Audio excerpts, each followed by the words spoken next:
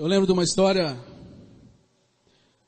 de um pastor que estava no aeroporto, e ele desceu correndo do avião, ele estava apertado para ir no banheiro, e estava falando no telefone, tentando achar a pessoa que ia tirá-lo, que ia pegar ele lá, né? E aí ele desceu correndo, estava super apertado e com pressa, e entrou no banheiro, e de repente ele ouviu uma gritaria, e aí ele percebeu que ele estava no banheiro das mulheres. Porque ele não viu o sinal que estava indicando ali para onde ele devia ir. Uma outra pessoa estava numa estrada, e ele passou onde ele deveria voltar, e aí ele precisava voltar, só que tinha uma placa ali de proibida, conversão proibida, proibido retorno. Aí ele olhou pelo retrovisor, viu que não vinha ninguém e virou. A hora que ele virou, deu de cara com o guarda. E aí o guarda parou: meu amigo, você vai ser multado. Você não viu a placa? Ele respondeu: seu guarda, a placa eu vi, eu não vi, foi o senhor aí. Uma ótima história. Imagine que você está numa cabine de avião, não dá para ver aqui direito. Mas aí tem vários botões e vários controles, vários comandos. E depois que você está, sei lá, quantos mil pés de altura, no meio do oceano, de repente uma luz vermelha começa a piscar. Um sinal de alerta geral. O que você faz? Grita, chora, ora, confessa seus pecados.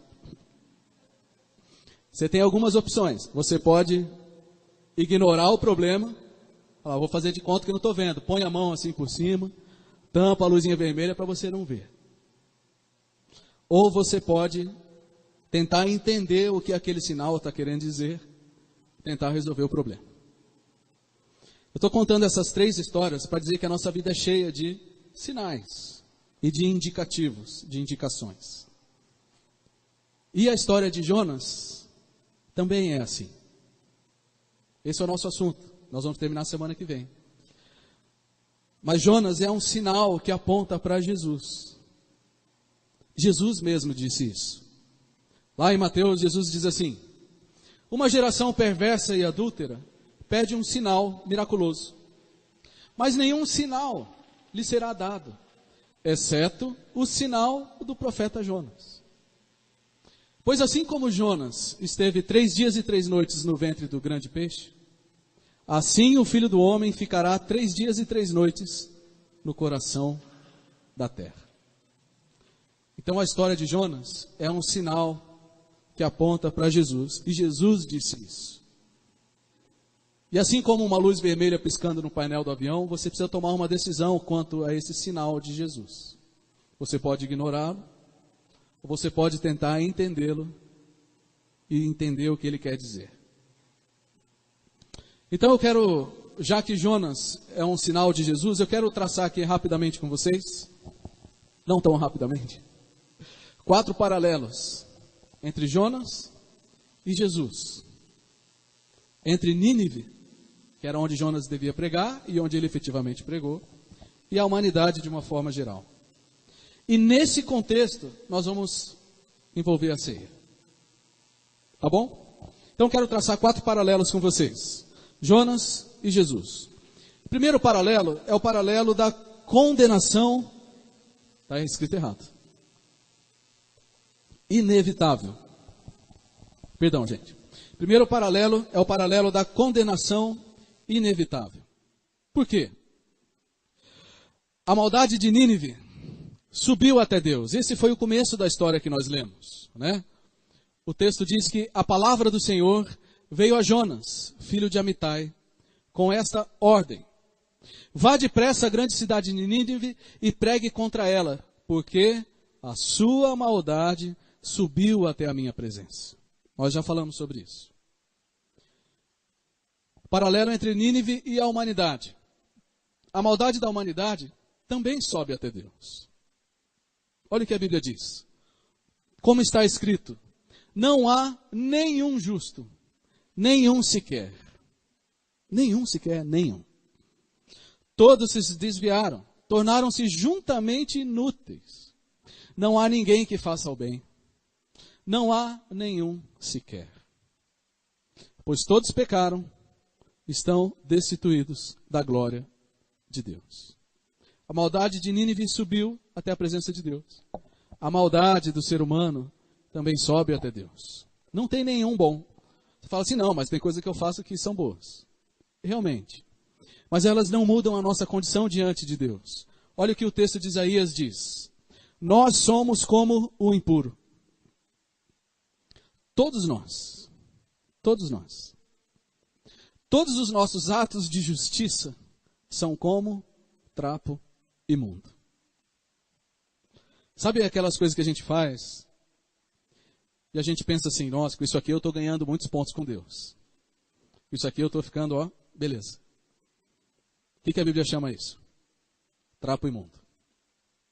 Não é que as boas obras não tenham valor, mas elas não têm o valor de mudar a nossa condição diante de Deus.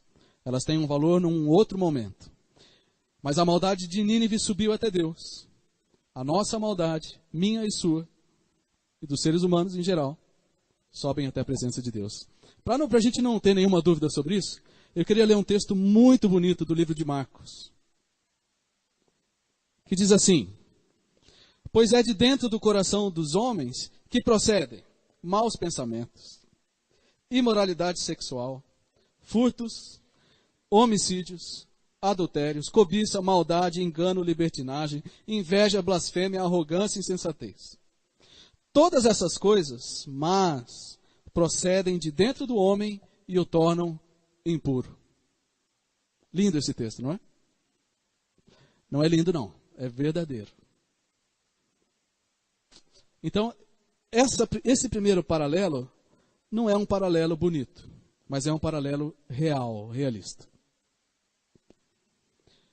Deus é bom, ao contrário de Nínive e ao contrário de nós, seres humanos, Deus é bom. A Bíblia diz isso, Deus é bom. Mas nós não somos. E aí a gente tem uma situação complicada para resolver. Deus é bom, nós não somos. E aí, como é que fica? Então a gente tem uma situação irreconciliável. E o retrato do mundo à nossa volta comprova que a Bíblia está dizendo a verdade. A maldade de Nínive estava clara diante de Deus e isso significaria um juízo. Fazendo o paralelo, a maldade dos homens também está diante de Deus e também significa um juízo.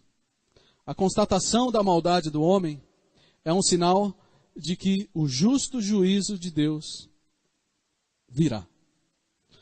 Todas as vezes que eu e você abrimos um site de notícia, você tinha 10 minutos de jornal, qualquer que seja, a gente pode comprovar que isso é verdade. Melhor, todas as vezes que a gente olha no espelho, a gente comprova que a humanidade é ruim e que tem um problema irreconciliável com Deus. Esse é o primeiro paralelo. Constatação da maldade do homem é um sinal de que o justo juízo de Deus virá. O segundo paralelo é mais esperançoso para nós, porque é o paralelo da providência misericordiosa. Porque Deus providenciou, acho que não está indo aqui, Deus providenciou alguém para alertar os ninivitas, que foi Jonas. Deus falou, Jonas, o pessoal lá está numa enrascada, os ninivitas, vai lá, prega para eles. E Deus também providencia alguém para alertar a humanidade de uma forma geral. Quem é esse alguém? Jesus. Estão vendo o paralelo? Paralelo da maldade, paralelo da providência misericordiosa. Mas eu fiquei pensando, por que Deus se importou com os ninivitas? Eles nem eram o povo da aliança, da primeira aliança. E eles eram cruéis, a gente já falou várias vezes sobre isso, né? E eu estava lendo depois e eu vi que eles tinham algumas muralhas em volta da cidade. E muitas partes das muralhas eram preenchidas com os crânios das pessoas que eles matavam, dos exércitos inimigos. Além de toda aquela história que eu já contei, que vocês gostam, né? Que eles cortavam as orelhas, os narizes, os dedos e iam amontoando. E se você fosse alguém importante, eles tiravam a sua pele e te espetavam numa estaca para você morrer na frente da sua família. Esses eram os ninivitas.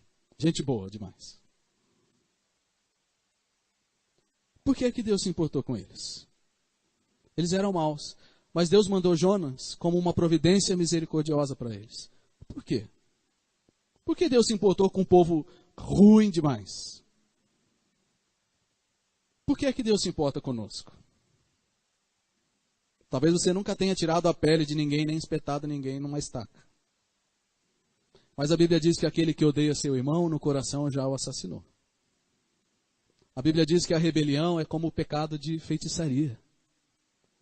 Então a gente não escapa não, gente. Mas a pergunta permanece: por que é que Deus tem misericórdia de nós? E a resposta é a mesma para Nínive e a mesma para nós. A resposta é o ousado amor de Deus. Amém? Olha o que o texto diz. Porque Deus amou o mundo de tal maneira que deu o seu único filho, para que todo aquele que nele crê não morra, mas tenha vida eterna. Deus demonstra o seu amor por nós. Cristo morreu em nosso favor quando ainda éramos pecadores. Seja ninivitas 700 anos antes de Cristo, seja hoje, 2018. O amor de Deus é a base da sua providência misericordiosa. Eu queria que a gente lesse junto essa frase, essa próxima frase. Vamos ler juntos? A providência misericordiosa de Deus é baseada no seu amor incondicional. É a única explicação. Não é por mérito, não é por beleza, não é por condição, nem por posição. É simplesmente por causa do amor de Deus. O terceiro paralelo entre Jonas e Jesus é a mensagem da salvação, que era o tema da mensagem do domingo passado. A mensagem de Jonas foi anunciada depois dele ter passado 3 dias no ventre do peixe. A mensagem de Cristo foi autenticada com a sua morte e a sua ressurreição, também depois de 3 dias. E foi isso que Jesus falou. Quando ele se referiu a Jonas como um sinal, ele disse, assim como Jonas ficou 3 dias no ventre do peixe, e a gente já falou sobre isso, o Filho do Homem também vai ficar 3 dias no ventre da terra. A mensagem de salvação de Jonas para os ninivitas veio depois da experiência dele, de 3 dias no peixe. E a mensagem de salvação para a humanidade, ela se consuma depois que Cristo morreu, ficou 3 dias morto e ressuscitou. Então é um sinal. Jonas, a história de Jonas, é um sinal que aponta para Cristo. Agora a gente vai fazer uma pausa na história de Jonas. Daqui a pouco ele volta, tá? A gente vai fazer uma pausa em Jonas. Nós vamos agora olhar só para Jesus. Só para Jesus. Porque exatamente nesse momento é que a gente começa a entender o sentido da ceia, que é o que nós temos aqui. A ceia do Senhor. Porque já que nós estamos falando de sinais, de indicações e de indicações mesmo, né? Jonas indica para Jesus. E agora que a gente entende a mensagem da salvação, eu vou esclarecer um pouco mais isso. Aí a gente entende a ceia do Senhor. E hoje, diferente dos outros dias de ceia, eu quero gastar uma parte maior da mensagem falando sobre a ceia. E eu gostaria que cada um de nós tivesse plena compreensão do que isso significa. Tá? Porque a ceia do Senhor também ela é um sinal. Porque ela também aponta para a obra de Cristo. Ela é um sinal da obra de Jesus em nosso favor. Eu queria ler aqui o texto de 1 Coríntios, capítulo 11. Eu vou ler aqui na minha Bíblia mesmo. Diz assim: o Senhor Jesus, na noite que foi traído, tomou o pão e depois de ter dado graças, o partiu e disse: isto é o meu corpo, que é dado por vós. Fazei isso em memória de mim. Do mesmo modo, depois de comer, tomou o cálice, dizendo: esse cálice é a nova aliança no meu sangue.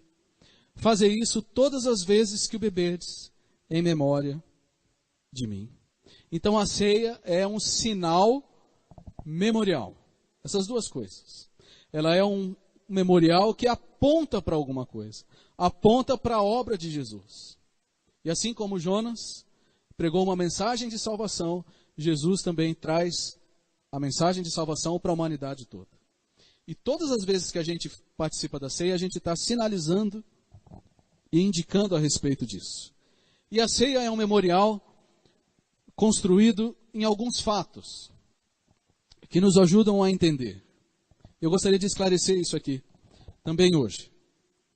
A ceia é um memorial. E talvez você já tenha ido em alguns memoriais que contam histórias. Por exemplo, existe o Museu do Holocausto, em Nova York. E quando você vai lá, você consegue ver a história construída naquele lugar. As lembranças construídas. E tudo aquilo ali aponta para um fato passado, como começou, como aconteceu e o que significa e o que as gerações futuras podem aprender sobre isso. A ceia também é assim. E a ceia, como memorial, ela foi construída ao longo da história em alguns fatos. O primeiro fato, que nós já conhecemos bem, provavelmente, é a história da Páscoa judaica. A Páscoa judaica, ela aponta para a libertação da escravidão. Para a libertação da escravidão no Egito. O povo de Deus, o povo israelita estava escravo. E na Páscoa eles foram libertos. E certamente todo mundo que já assistiu O Príncipe do Egito, Os 10 Mandamentos e todas essas histórias, né? E naquele momento em que o chefe da família pegava o sangue do cordeiro e passava na porta, ele estava se identificando com a promessa de libertação que Deus estava trazendo. Entenderam? O sangue na porta daquelas casas representava a identificação, sinalizava, a palavra de hoje, sinalizava a identificação com a libertação que Deus estava prometendo. Quando Jesus veio, João Batista disse que Jesus era o Cordeiro de Deus que tira o pecado do mundo.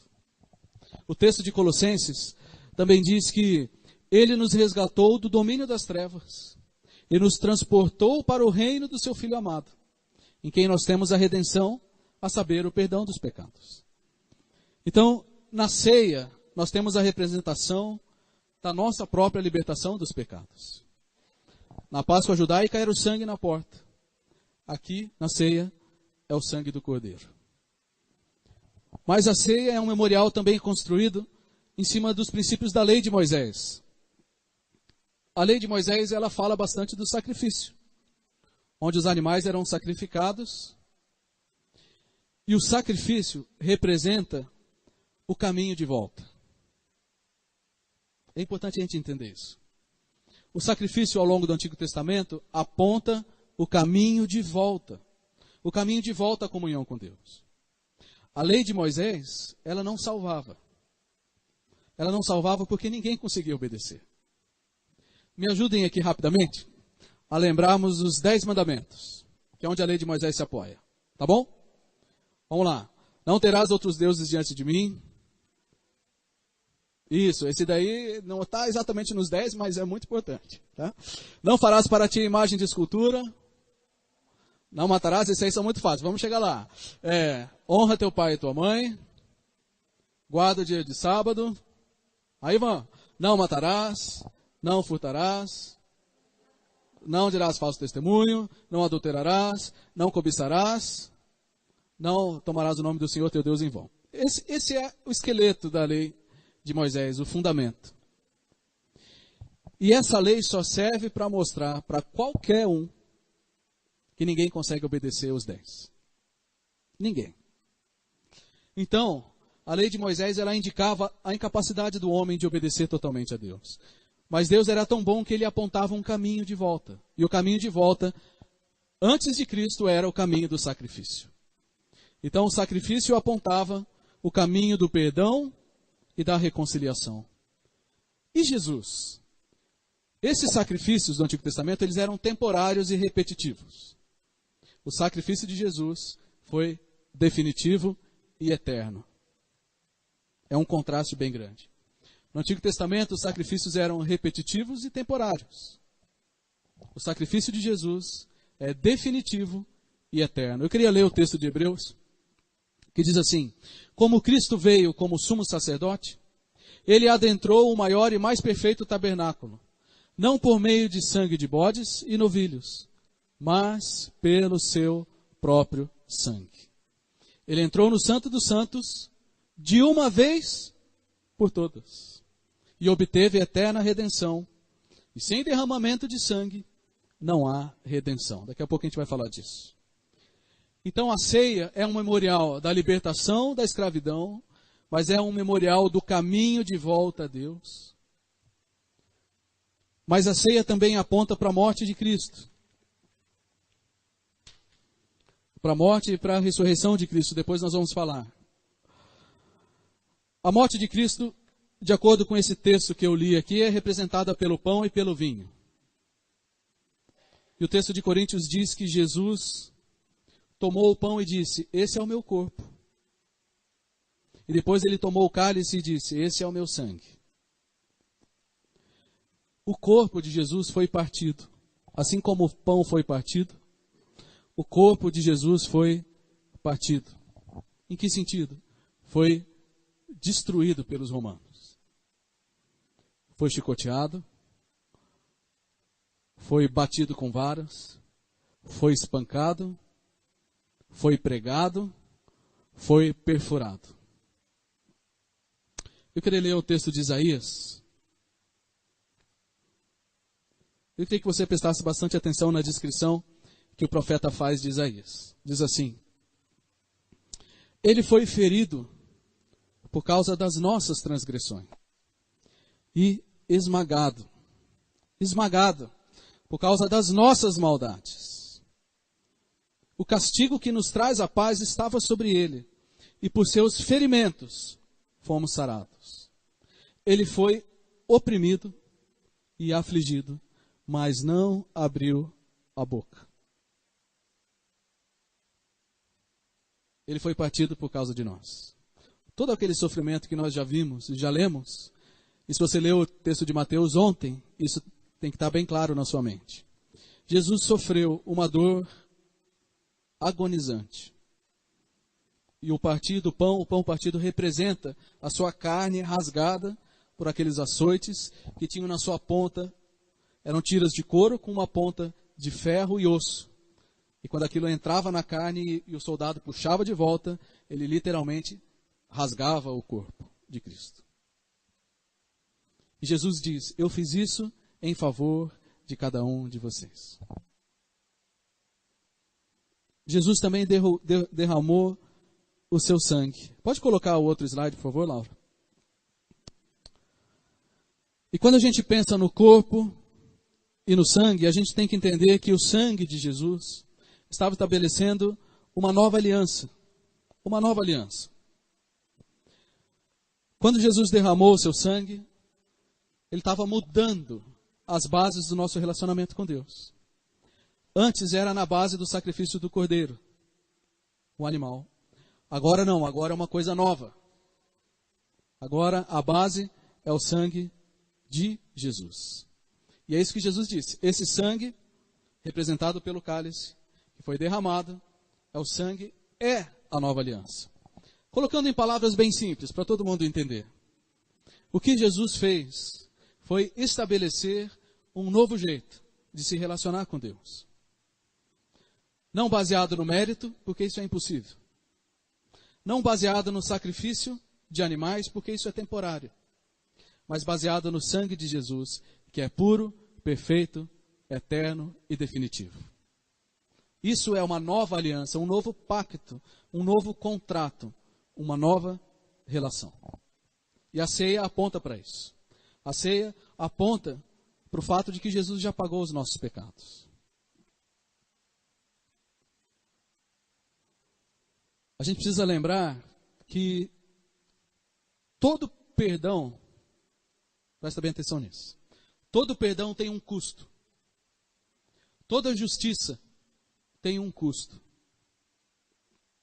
Imagine o seguinte, imagine que você está passando num estacionamento ou na rua, e alguém vem com um carro bem velho, caindo aos pedaços, e pá, bate no seu carro novinho.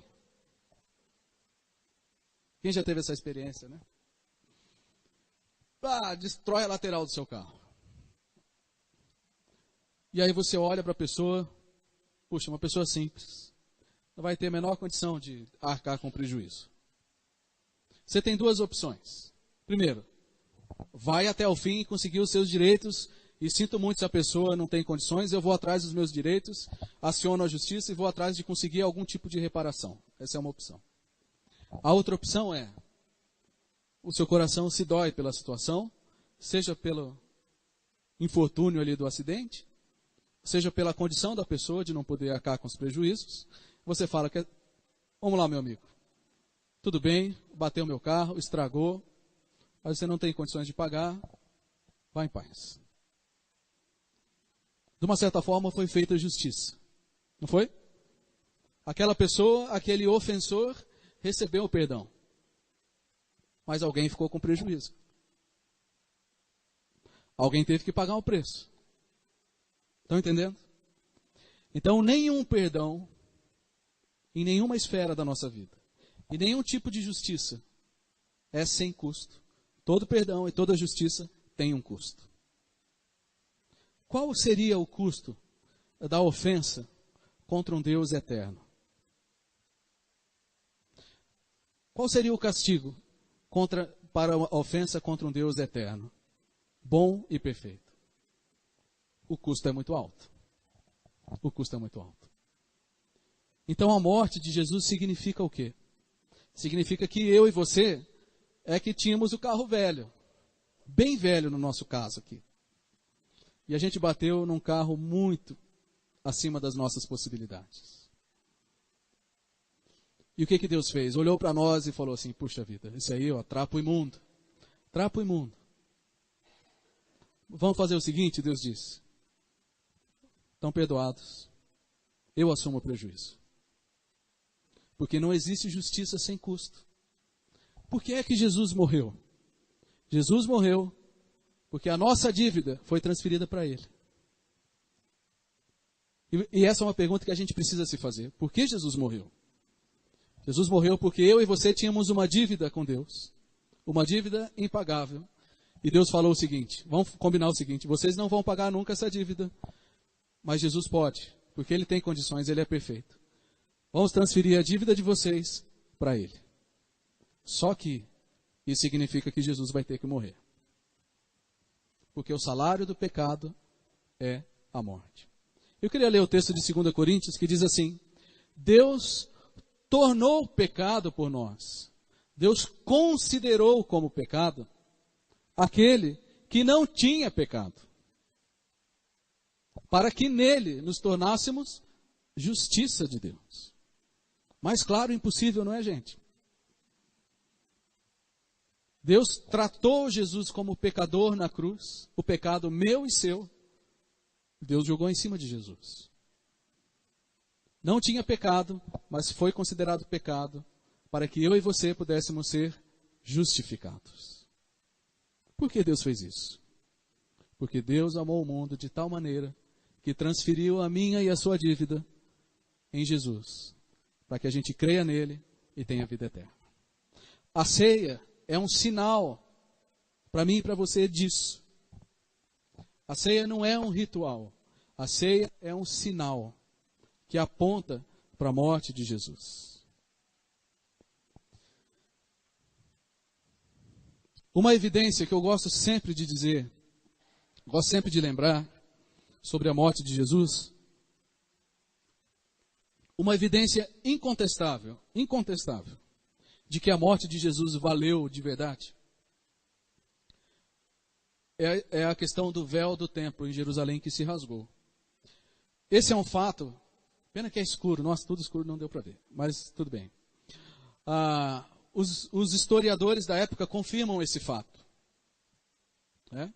E um dos historiadores diz que o véu do santuário, eu vou explicar o que ele significa, tinha 12 centímetros de grossura. Era um tecido costurado, e aquele historiador escreve que nem 2 carros puxados por cavalo de um lado e do outro conseguiam rasgar o véu. Tão sólido que ele era. Era um tecido, mas 12 centímetros de largura, costurado. Muito impossível de ser rasgado. O que o véu simbolizava? O véu fazia separação no templo entre o lugar dos homens e o lugar de Deus. E essa parede intransponível significava a lembrança de que nenhum homem consegue chegar até onde Deus está, a não ser pelo sangue do sacrifício. Quando Jesus morreu, bem longe do templo, fora da cidade, no exato momento que ele morreu, aquele véu alto, bem alto, grosso, ele se rasgou do alto a baixo. Um véu que a mão do homem não poderia rasgar, a justiça de Deus partiu ao meio. E essa é uma evidência histórica que mostra para mim e para você que o sacrifício de Jesus não foi casual, não foi por acaso, não foi sem sentido e sem propósito. O véu do templo se rasgou quando Jesus morreu. Por quê? Porque agora não existe mais impedimento dos homens chegarem até Deus. O caminho está aberto. Eu queria ler o texto de Hebreus que diz assim: portanto, irmãos, temos plena confiança para entrar no Santo dos Santos, pelo sangue de Jesus. Agora o véu rasgou. Por um novo e vivo caminho, que ele nos abriu por meio do véu, isto é, do seu corpo. Tudo isso que eu estou dizendo está simbolizado pela ceia. Tudo isso faz parte desse memorial. Jesus morreu, o caminho foi aberto e Jesus disse: eu sou o caminho, a verdade e a vida. Ninguém chega a Deus senão por mim, Jesus disse. Então a morte de Jesus valeu como pagamento da dívida dos homens. Jesus morreu, mas depois de 3 dias, ele ressuscitou. Esse é o último fato em que a ceia está construída. E o texto de Lucas, quando Jesus ressuscita e as mulheres vão até o sepulcro, o anjo que estava lá, ele diz assim: por que vocês estão procurando entre os mortos aquele que vive? Ele não está aqui, ressuscitou. E foi o texto de hoje de Mateus, Mateus capítulo 28. A morte de Jesus valeu, o véu rasgado confirma isso. E a ressurreição de Jesus é mais importante ainda. Mais importante ainda. Porque a ressurreição de Jesus mostra e atesta, assim, confirma para mim e para você, que a morte não pode vencer quem não tem pecado. Por que Jesus morreu? Porque ele ressuscitou. Porque a morte só tem poder sobre quem não tem os seus pecados perdoados.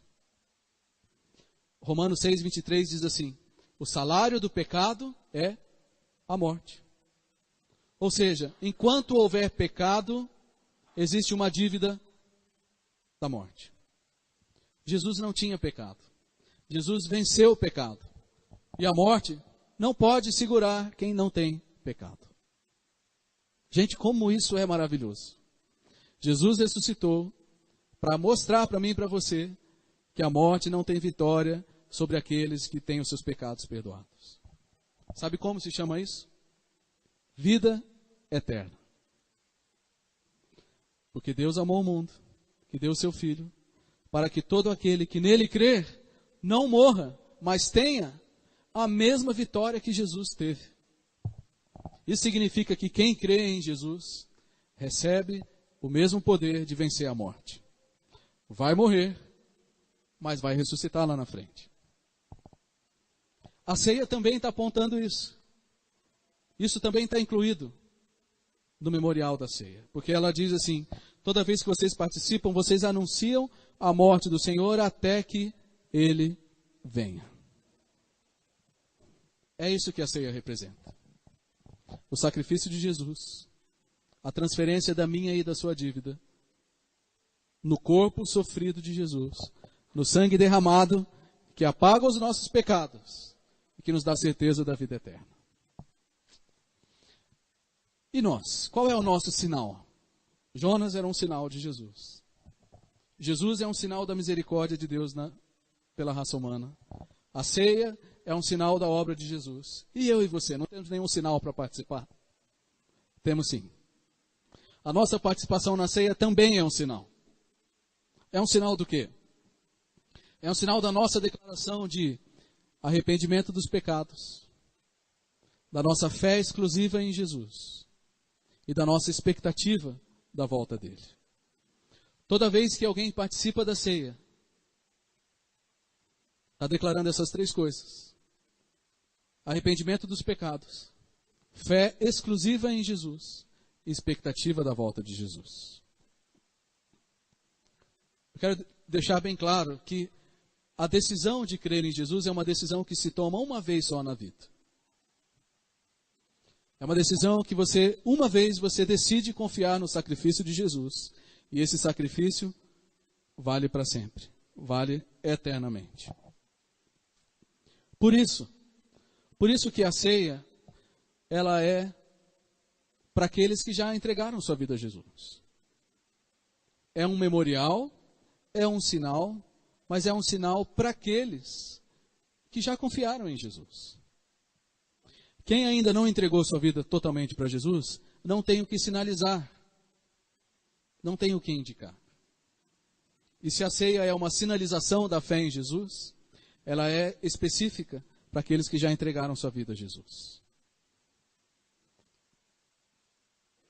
A participação sinaliza a fé, o compromisso, e a declaração que você pode dizer: minha vida está 100% entregues na mão de Jesus.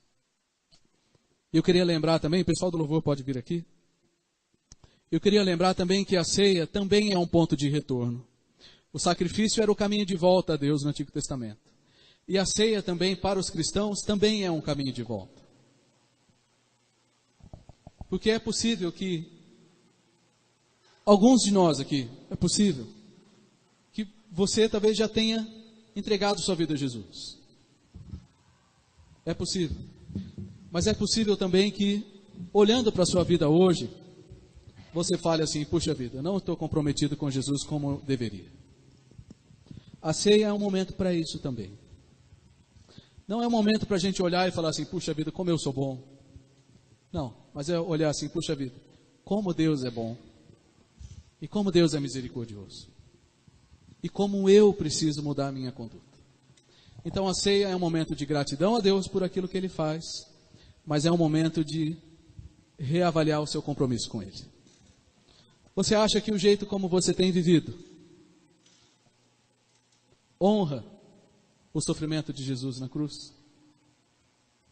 A forma como você valoriza a sua vida com Deus, a sua vida com a igreja, a sua vida com os irmãos, a forma como hoje você tem vivido isso, honra o sacrifício de Jesus? Então a ceia também é um momento de retorno e de renovar o compromisso com Jesus. Nós vamos cantar uma canção agora e nós vamos participar da ceia. E quem deve participar da ceia são aquelas pessoas que já publicamente expressaram sua fé em Jesus diante das pessoas e também através do batismo, que é o símbolo público da fé em Jesus. É claro que o batismo não salva, mas o batismo é um testemunho público dessa declaração de fé. Então, se você já entregou sua vida para Jesus, já foi batizado como profissão de fé, você é convidado a participar desse sinal da obra de Jesus. Depois que nós participarmos da ceia, nós vamos voltar para Jonas, para encerrar. Mas nós vamos fazer diferente. Já que a ceia relembra a obra de Cristo em nosso favor, como indivíduos e como igreja, eu pedi para o pessoal aqui cortar o pedaço de pão um pouco maior, tá? E você pode... Nós vamos fazer como nós fizemos da outra vez. Eu vou ficar aqui para ajudar no que precisar. Você pode vir com alguém, você pega o pedaço de pão, você divide com alguém, e nós vamos ampliar hoje um pouquinho mais. Você vai dividir com mais pessoas, daqueles que vão participar, tá? Então, se você não vai participar, não se sinta constrangido, você pode ficar no seu lugar, refletindo sobre a sua condição diante de Deus. E se você vai participar, enquanto a gente canta, você pode vir aqui, pega o cálice, toma o cálice e devolve. Você pode pegar o pão e pode repartir com alguém, pode dar um abraço nele, pode orar junto. Vamos celebrar a salvação em Cristo como igreja. Amém? O pessoal pode vir aqui preparar. Enquanto a gente vai cantando, você pode sair do seu lugar e participar dos elementos.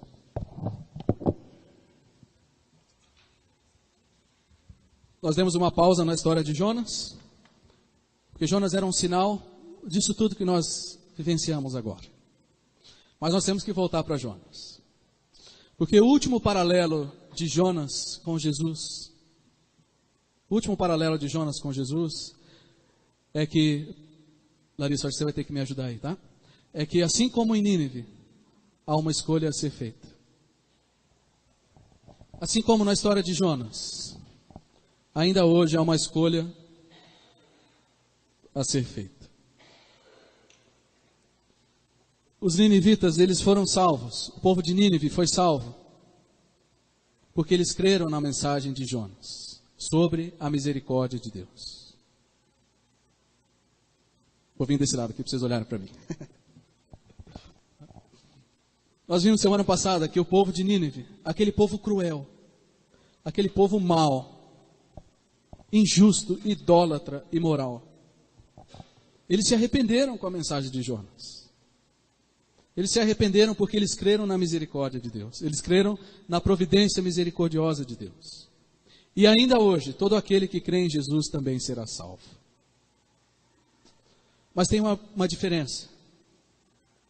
E aqui é uma questão bem séria. A mensagem de Jonas era a seguinte: ninivitas, daqui 40 dias, vocês vão ser destruídos. Eles pelo menos sabiam o prazo. Hoje a gente não sabe o nosso prazo. Ninguém sabe se a sua vida vai durar mais 40 dias, mais 40 horas, mais 40 minutos. Mas assim como os ninivitas se arrependeram, ainda hoje todo aquele que crê na misericórdia de Jesus também será salvo. E esse é o paralelo final da história de Jonas com Jesus. E lembra que quando eu contei a história da luzinha vermelha piscando no painel do avião? Assim como você poderia ignorar aquela luz, você também pode ignorar a mensagem de Jesus. O que não muda o fato de que o juízo vai vir um dia. Então a minha palavra hoje, de todo o coração, é que você não resista à misericórdia de Deus. Entregue sua vida a Ele. Você não sabe, nenhum de nós sabe quando nós vamos dar contas a Deus.